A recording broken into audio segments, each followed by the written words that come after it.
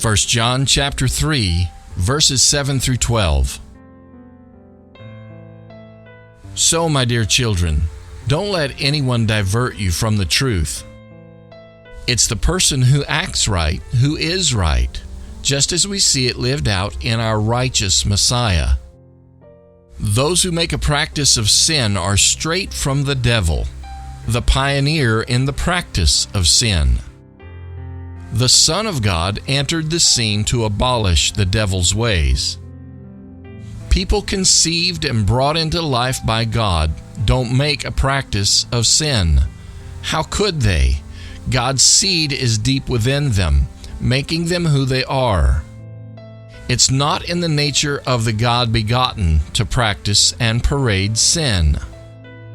Here's how you tell the difference between God's children and the devil's children. The one who won't practice righteous ways isn't from God, nor is the one who won't love brother or sister.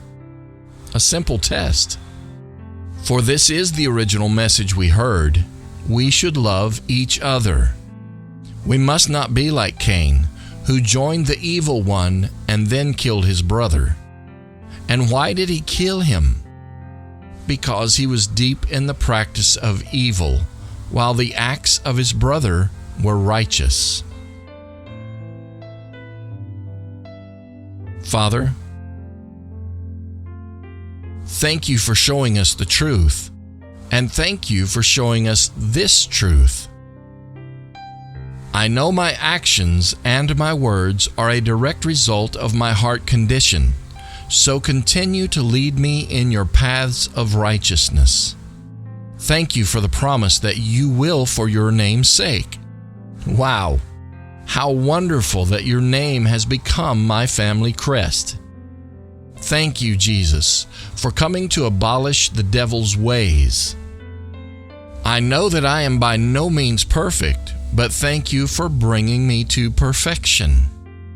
Although I make mistakes, you are there to forgive and direct so that I am not trapped by making my sin a practice. It is not in my nature to practice or parade my sin. This is something that we see happening all the time now. Things that are very directly defined as sin are being paraded, legalized, and defended as righteousness. Help me, Lord, to see this as you see this. Help me to love the sinner and not condone the sin. Guide me in the practice of your righteous ways. Help me to love my brother and sister. May the one that first loved me be the motivation of my heart. You have filled me to overflowing.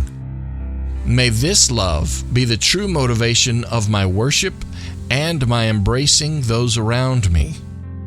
I love you, Lord. Amen.